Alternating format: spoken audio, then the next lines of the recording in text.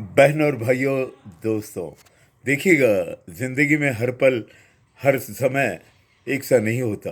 कभी कभी ज़िंदगी में गलत किस्म के लोग अतराफ रहते हैं, मिलते भी हैं, मुलाकातें होती हैं और उनमें जीना भी पड़ता है। जी हाँ, ये मजबूरी है ज़िंदगी की, क्योंकि अपने मन की तरह, अपने भावनाओं की तरह, अपने ख्यालात की तरह, अपने विचारों की तरह सब लोग होंगे, ये आप सोचिए मत। अलग किस्म के लोग होंगे, एक ही फैमिली में भी कई किस्म के लोग हैं, तो फिर जाहिर है कि बाहर की दुनिया में कई किस्म के लोग मिलेंगे। बहनों और भाइयों, देखिएगा, एक फिल्म आई थी समझौता, जिसके हीरो थे अनिल धवन साहब, अपने ज़माने के डेविड धवन के छोटे भाई, और शत्रुघ्न सिन्हा साहब, कामयाब विलन उस ज़माने के।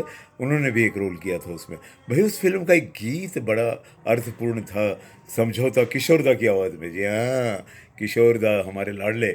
समझौता गमों से कर लो, ज़िंदगी में गम भी मिलते हैं, समझौता गमों से कर लो। बहनों और भाइयों, मैं समझौता कर रहा हूँ, कह रहा हूँ, समझौता कह रहा हूँ, समझौता। जी हाँ, हारना नहीं है ज़िंदगी से, समझौता करना है। देखिएगा, देखिएगा, इतिहास भी गवाह है, जहाँ पर बादशाह की फौज वो काम नहीं कर पाई, जीत नहीं पाई, क्योंकि दुश्मन बहुत ताकतवर था, बहुत ज़्यादा ताकतवर था। ऐसे में उन्होंने उनसे दोस्ती कर ली, रिश्ते भी बनाए, मधुर रिश्ते जो बरसों बरस चलते रहे, ज़िंदगी के अहम रिश्ते बन गए।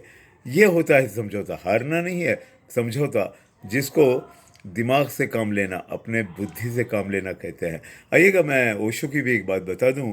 गैलीलियो साहब के बारे में ओशो ने कहा था, गैलीलियो बेचारे बहुत बूढ़े हो गए थे, उन्हें फांसी की सज़ा दी गई थी। गैलीलियो अपने ज़माने के महान आविष्कारक, महान साइंटिस्ट, जिन्होंने पृथ्वी गोल है कहा था और वो सूरज के चक्कर काटती है।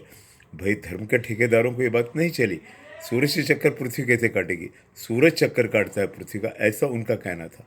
और वो अपनी बात पर ठाम रहे। अगर ये नहीं मानोगे तो गैलीलियो आपको फांसी की सज़ा मिलेगी। गैलीलियो के बारे में ओशो कहते हैं, गैलीलियो बड़ा बुद्धिमान था।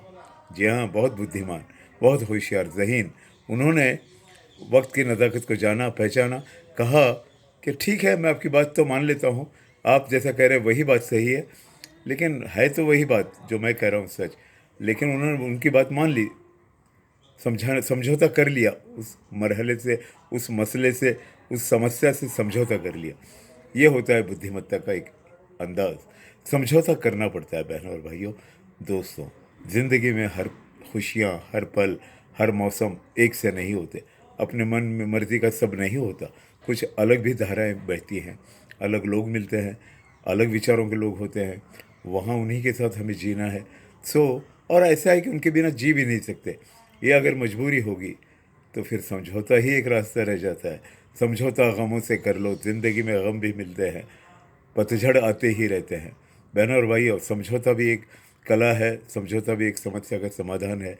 अक्लमंद वो है जो लड़े नहीं, दुश्मनी न करे, दिमाग से काम ले और समझौता करके इसी अनबन को दोस्ती का रूप दे, मोहब्बत का रूप दे और मोहब्बत की दुनिया बसाए।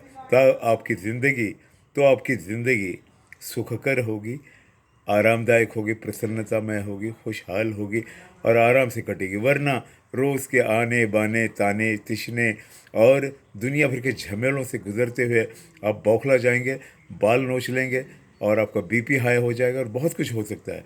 ऐसे में सावधान रहिए, समझौता गमों से कर लो, ज़िंदगी में गम भी मिलते हैं, पतझड़ आते ही रहते हैं। फॉरगेट दैट, भूल जाइए इस बात को। Wish all the best for your good health, good life, good future, happy life all of your family. Bye bye.